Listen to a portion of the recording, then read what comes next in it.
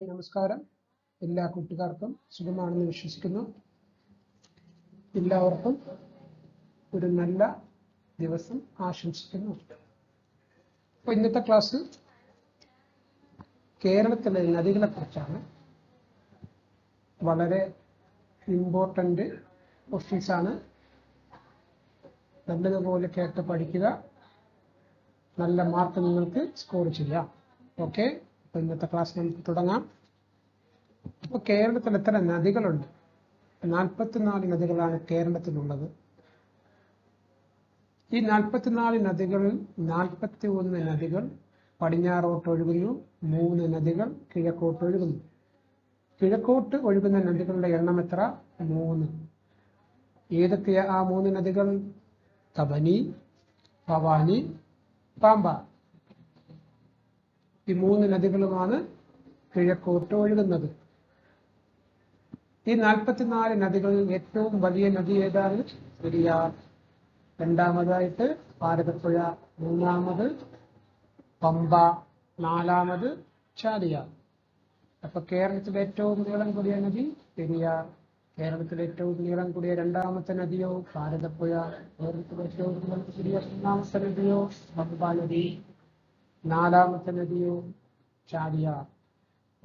എന്നാൽ കേരളത്തിലെ ഏറ്റവും ചെറിയ നദി ഏതാണ്? മഞ്ചേശ്വരം പുഴ. മഞ്ചേശ്വരം പുഴയാണ് കേരളത്തിലെ ഏറ്റവും ചെറിയ നദി. സർക്കാർ മാനദണ്ഡ പ്രകാരം എത്ര കിലോമീറ്ററിൽ കൂടുതൽ ഒഴുകുന്ന പുഴകളെയാണ് നദികളായി കണക്കാക്കപ്പെടുന്നത്? 15 കിലോമീറ്ററിൽ കൂടുതൽ ഒഴുകുന്ന പുഴകളെയാണ് നദികളായി കണക്കാക്കപ്പെടുന്നത്. നമ്മൾ കിഴക്കോട്ട് ഒഴുകുന്ന 3 നദികളെ കുറിച്ച് പഠിച്ചല്ലോ. കബനി, ഭവാനി, പാമ്പാർ. കബനി, ഭവാനി, പാമ്പാർ ഈ 3 നദികളും ഏത് നദിയുടെ പോഷക നദിയാണെന്ന് അറിയാമോ? കാവേരി നദിയുടെ പോഷക നദിയാണ് കബനി, ഭവാനി, പാമ്പാർ. കബനി നദി ഏത് ജില്ലയിലൂടെയാണ് ഒഴുകുന്നത്? വയനാട് ജില്ല. പ്രസിദ്ധമായ വിനോദസഞ്ചാര കേന്ദ്രം കുറുവാദ്വീപ്. കേട്ടിട്ടുണ്ടോ എല്ലാവരും? കുറുവാദ്വീപ് കബനി നദിയിലാണ്.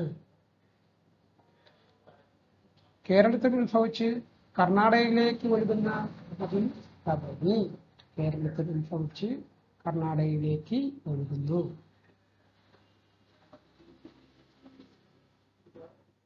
പമ്പയുടെ ദാനം എന്നറിയപ്പെടുന്ന പ്രദേശമാണ് കുട്ടനാട്. കുട്ടനാടിനെ പമ്പയുടെ ദാനം എന്നറിയപ്പെടുന്നു. തിരുവിതാംകൂറിലെ ഏറ്റവും നീളം കൂടിയ നദി ഏതായിരുന്നു? പമ്പാ നദിയായിരുന്നു. ശബരിമലയിലൂടെ ഒഴുകുന്ന നദി പമ്പാ നദി.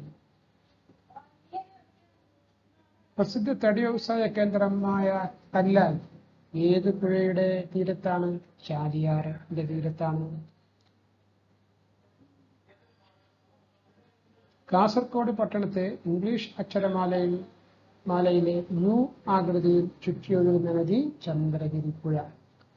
കാസർഗോഡ് പട്ടണത്തെ ഇംഗ്ലീഷ് അക്ഷരമാലയിലെ യു ആകൃതിയിൽ ചുറ്റി ഒഴുകുന്ന നദിയാണ് ചന്ദ്രഗിരി പുഴ. കേരളത്തിന്റെ തെക്കേ അറ്റത്തുള്ള നദി ഏതാണ്? നെയ്യാർ. എന്നാൽ കേരളത്തിന്റെ വടക്കേ അറ്റത്തുള്ള നദിയോ? മഞ്ചേശ്വരം പുഴ. അപ്പൊ കേരളത്തിന്റെ തെക്കേ അറ്റത്തുള്ള നദി നെയ്യാറ്, വടക്കേ അറ്റത്തുള്ള നദി മഞ്ചേശ്വരം പുഴ. കേരളത്തിന്റെ തലസ്ഥാനം തിരുവനന്തപുരം. ഈ തിരുവനന്തപുരം പട്ടണത്തിലൂടെ ഒഴുകുന്ന നദി കരമനയാർ.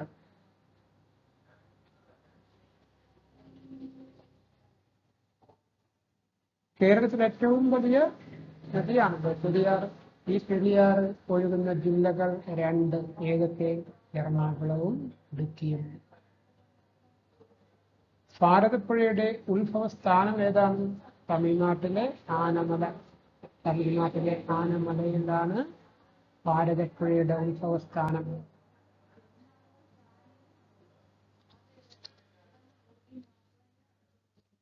ഗാന്ധിജിയുടെ ചിതാഭസ്മം നിമജ്ജനം ചെയ്തിട്ടുള്ള കേരളത്തിലെ നദിയാണ് ഭാരതപ്പുഴ. ഏഷ്യയിലെ ഏറ്റവും വലിയ ക്രിസ്തുമത സമ്മേളനമായി വിശേഷിപ്പിക്കപ്പെടുന്ന മാരാമൺ കൺവെൻഷൻ അരങ്ങേറുന്നത് ഏത് നദിയുടെ തീരത്താണ്? പമ്പയുടെ തീരത്താണ്. ഈ പമ്പയുടെ തീരത്താണ് എല്ലാ വർഷവും ഹിന്ദു മതസമ്മേളനത്തിന് വേദിയാവുന്ന ചെറുകോൽ പുഴ നടക്കുന്നത്. ഹിന്ദു മതസമ്മേളനത്തിന് വേദിയാവുന്ന ചെറുകോൽ പുഴ ഏതു നദിയുടെ തീരത്താണ്? പമ്പയുടെ തീരത്താണ്.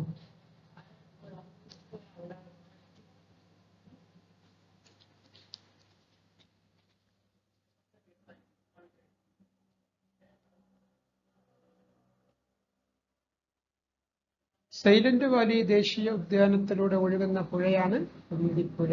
ഓർക്കണം, സൈലന്റ് വാലി ദേശീയ ഉദ്യാനത്തിലൂടെ ഒഴുകുന്ന പുഴ കുന്തിപ്പുഴ. കേരളത്തിൽ ഏറ്റവും മലിനീകരണം കുറഞ്ഞ പുഴയായി അറിയപ്പെടുന്നതും ഏതാണ്? കുന്തിപ്പുഴ. ഈ കുന്തിപ്പുഴയാണ് സൈലന്റ് വാലിയിലൂടെ ഒഴുകുന്നത്. ഏത് പുഴയുടെ പോഷക നദിയാണ് കുന്തിപ്പുഴ? തൂതപ്പുഴയുടെ പോഷക നദിയാണ് കുന്തിപ്പുഴ. വിവാദമായ പാത്രക്കടവ് ജലവൈദ്യുത പദ്ധതി ഏത് പുഴയിലാണ് നിർമ്മിക്കാൻ ലക്ഷ്യമിട്ടത്? കുന്തിപ്പുഴയിലാണ്. പാത്രക്കടവ് ജലവൈദ്യുത പദ്ധതി കുന്തിപ്പുഴയിലാണ്.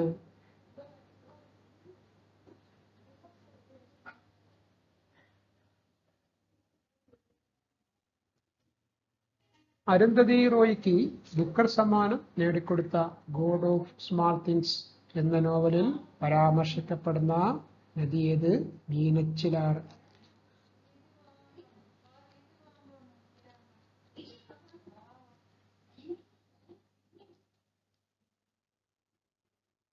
നെയ്യാർ അറബിക്കടലിൽ പതിക്കുന്നത് ഏത് പട്ടണത്തിന് സമീപമാണ്? നെയ്യാറ് അറബിക്കടലിൽ പതിക്കുന്നത് പൂവാറിൽ വച്ചാണ്. പൂവാറിനടുത്താണ്. തിരുവനന്തപുരം നഗരത്തിന് കുടിവെള്ളം എത്തിക്കുന്ന അരുവിക്കര ഡാം ഏതു നദിയിലാണ്? കരമനയാറാണ്. തിരുവനന്തപുരം നഗരത്തിന് കുടിവെള്ളം എത്തിക്കുന്ന അരുവിക്കര ഡാം ഏത് നദിയിലാണ് ഉള്ളത്? കരമനയാറിലാണുള്ളത്.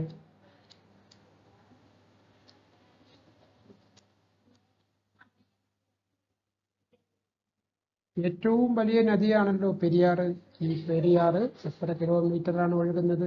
244 കിലോമീറ്ററാണ്. എന്നാൽ രണ്ടാമത്തെ നീളം കൂടിയ നദിയാണ് ഭാരതപ്പുഴ. ഈ ഭാരതപ്പുഴ എത്ര കിലോമീറ്ററാണ് ഒഴുകുന്നത്?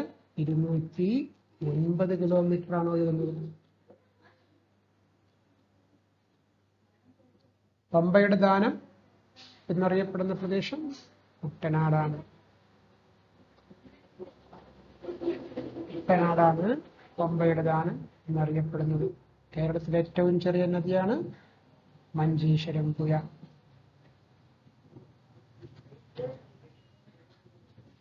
പ്രസിദ്ധ തടി വ്യവസായ കേന്ദ്രമായ കല്ലായി ഏത് പുഴയുടെ തീരത്താണ്? ചാലിയാറിന്റെ തീരത്താണ്. ചാലിയാറിന്റെ തീരത്താണ് തടി വ്യവസായ കേന്ദ്രമായ കല്ലായി ഉള്ളത്. സർക്കാർ മാനദണ്ഡ പ്രകാരം എത്ര കിലോമീറ്ററിൽ കൂടുതൽ ഒഴുകുന്ന പുഴകളെയാണ് നദികളായി കണക്കാക്കപ്പെടുന്നത്? 15 കിലോമീറ്ററിൽ കൂടുതൽ ഒഴുകുന്ന പുഴകളെയാണ് നദികളായി കണക്കാക്കപ്പെടുന്നത്.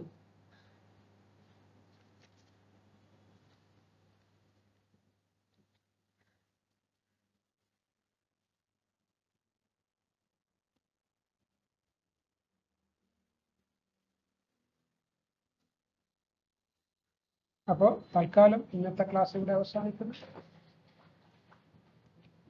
എല്ലാവർക്കും വലിയ ആശംസകൾ നേരുന്നു. അടുത്ത ക്ലാസ്സുമായി അടുത്ത ദിവസം നമുക്ക് കാണാം. നമസ്കാരം.